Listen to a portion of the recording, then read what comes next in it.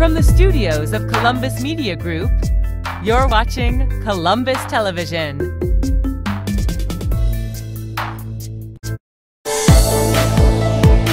From the studios of Columbus Media Group, you're watching Columbus Television. We are streaming on the internet. Download our apps for Android and Apple iPhone and iPad.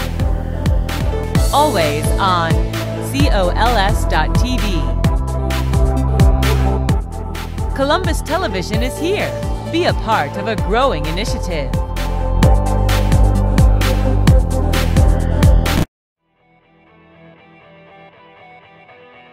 You may have someone who comes in who may begin to say some horribly racist things. For example, something horribly misogynistic.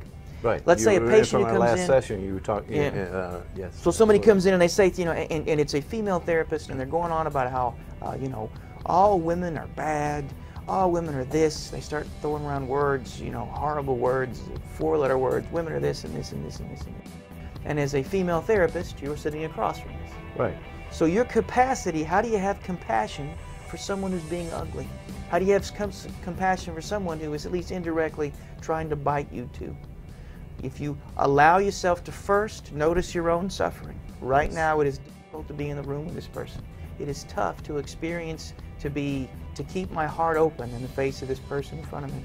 You take that breath, you give yourself permission to feel what you're feeling, and then you make use of that to say, well, what is it that might be pushing this person to push me away?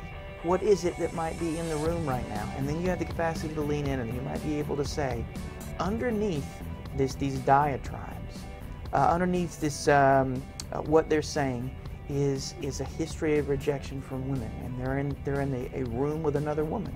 They are staring across. They're seeing me as a potential rejecter.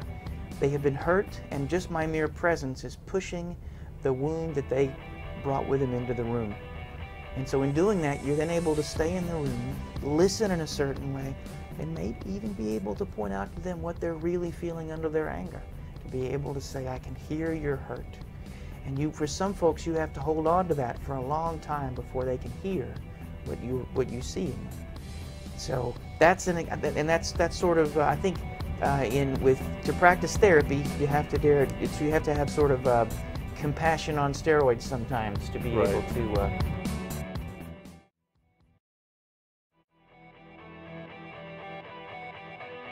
Leaning in, what is that? Well, it's a way of sort of allowing yourself to be able to be in the presence of the thing you're feeling.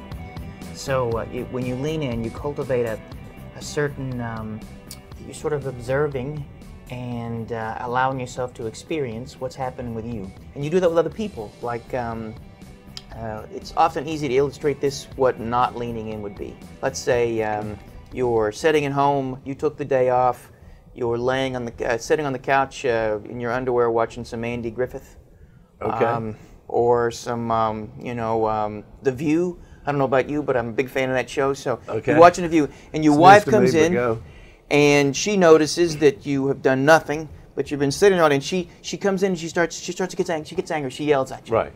Okay.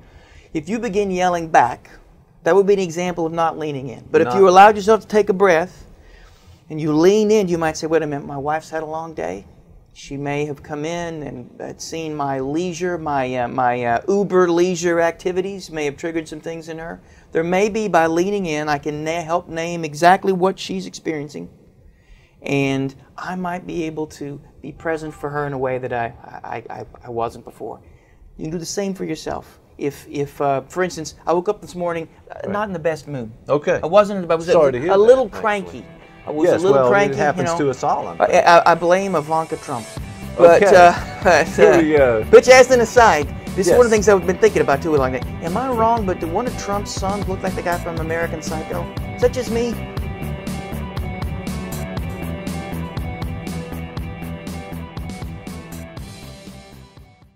No. So you go to your racist uncle's house, and he starts saying crap. Your capacity to be able to monitor your own experience and such that you can take that breath It gives you the possibility of being able to lean in. So there is impact, the breath, and then leaning in. And you train that with therapists as well. And to be able to also give yourself, there are moments when you don't do that. You fall prey to the events that hit you. But, you know. No. You're watching Columbus Television. We are streaming on the internet. Download our apps for Android and Apple iPhone and iPad. It's on cols.tv. You're watching Columbus Television. Always on cols.tv. We are streaming on the internet. Download our apps for Android and Apple iPhone and iPad. Columbus Television. Final thoughts about this this idea of protecting yourself, pausing, being in that moment, absorbing it, doing something with it. I got two thoughts. My first off, give yourself permission to be able to feel what you feel. If there's anything I have to say over and over again to the people that come to see me for therapy is you literally have no control over what you feel. We don't choose what we feel. We do have control over what we do with it. And if we make the first mistake of not allowing ourselves to feel the things that we feel, we're already in trouble. So I would say that would be the thing. And the second thing is, once again, screw you, Brussels sprouts. Yeah, I'm sorry we went off on Brussels sprouts today. Sorry, somebody had to say it, and it was up to you. It's me. I'm tired of this. To bring that, but it was good to hear about coleslaw being. Coleslaw's okay. It's okay because it's combination. That's not really a racist.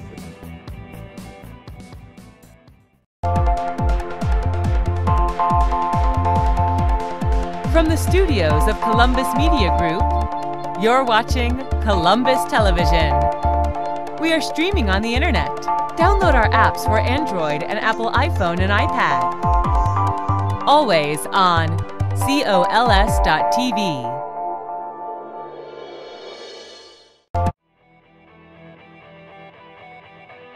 Rather quickly. They're unable to sort of mediate or modulate the feelings they have. They get into this hypervigilant, hyper-scared fight-or-flight response, and they act reflexively. So one of the things you do in therapy is, so over time, you get them to be able to think, to literally insert a thought in between what they feel and how they act. And being in the presence of someone who is not a sort of annoying, sanguine state, but someone who is you can tell is trying to stay with you. Trying to be present, trying to hold you and to stay connected in the face of what you're experiencing is something that you are literally building new neuronal pathways, because the person in front of you is losing it has probably seldom been in the presence of someone who's been able to stay connected with them when they're in that state, and quite possibly has never really had someone stay connected with them when they were at their key developmental points. Mom, dad, whoever their caretaker may have been, hasn't been present with them in such a way that they could build those networks, that they could internalize that.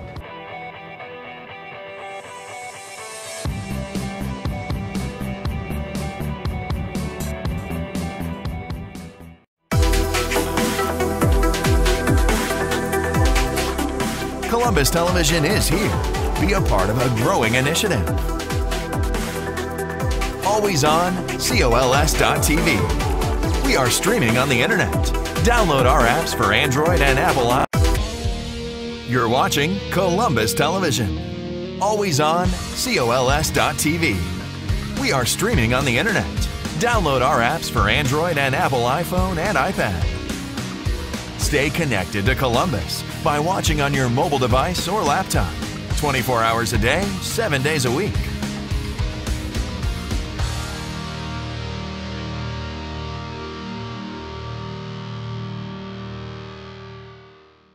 About what goes inside the therapist's mind. I want to throw something out here. If you guys, you could find this on the web. You can live cam the world's oldest ham. I'm not making this up. There is a video camera that you can watch 24/7 of the world's oldest ham, and I believe it's about 500 years old. So it's a 500-year-old ham that you can watch at any point in the day. In fact, if you can't sleep 2:30 in the morning, you can literally live cam this ham. Well, the ham's not really doing anything. Doesn't matter. It's just that's the world's oldest ham, and you can look at it. You can see it in real time. Okay, the fact that it's still here after 500 years. 500 years. It's probably not very good. Or maybe it's like a wine. Sandwich on them. You wouldn't want it. But I think what's great about this is that when I hear things like this, I can see how this is the pinnacle of civilization. Our forefathers and foremothers, all of history, all the death and destruction that led to this point, and I'm telling you, it's worth it. If you can live can the world's oldest ham,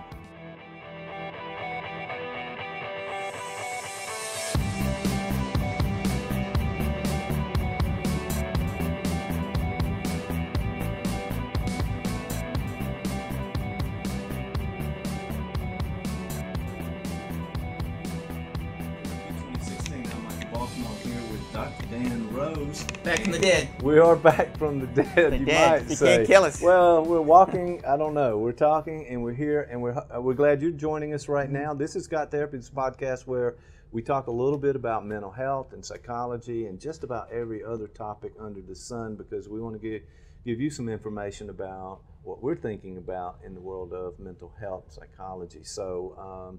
Dan, it's great to have you back and back on the show. And how does it feel to be back? There's been a hiatus here for a little while. Can you say hiatus on air? Is that I actually just did. Okay, so, yeah. It's been hiatal. Is what it is. Okay, so what that is. That'll tell you right away a little bit about where the show is going to go. We're going to talk about some serious topics, but hey, we're going to add some. We mentioned hernias. There could be some sort of hernia discussion. If you've seen previous shows, by the way, ladies and gentlemen, we're on iTunes and we're on cols.tv. You'll be able to see and hear this from our archives as well. So, look. We have to get a little serious today as we start this show because this is the day after a major tragedy, another major Actually, this tragedy. morning. What did it? I guess it was yesterday. Yes. Technically yesterday, yeah. That's right. So let's talk a little bit about that because you and I have had this conversation before, but the notion that people all around the world have strong reactions, even mild reactions, but certainly reactions to this type of trauma that's going on in the world, and it affects families, it affects individuals, and the question is, how do you build up? What is the response to this, and how do you build up some resistance, and what can you do to sort of make sense of the craziness that's going on in the world, and how it might affect the individual and the family? It's a big task, and we're all faced with it. It's funny because one of my favorite, I've said it on the show many times, one of my favorite ways to define trauma is anything that arrives before you have a chance to create it. I love that saying. I remember you talking about it, and it certainly makes sense. We're not prepared. And it's the lack of preparation. It's like if you wake up in the morning and the first thing you do is turn on your computer and the news, and you hear like, I think today it was 80 people were killed by a guy driving a truck. You hear that sort of stuff. You literally, this is the definition of something that arrives that you haven't had a chance to create. And I think at ground zero, at the impact of that, you have a couple of choices. And I think some of those choices can make it worse and actually turn it into a trauma. And I think that what I might suggest, and this comes from my sort of theoretical model and my perspective, is you have to at least initially gain.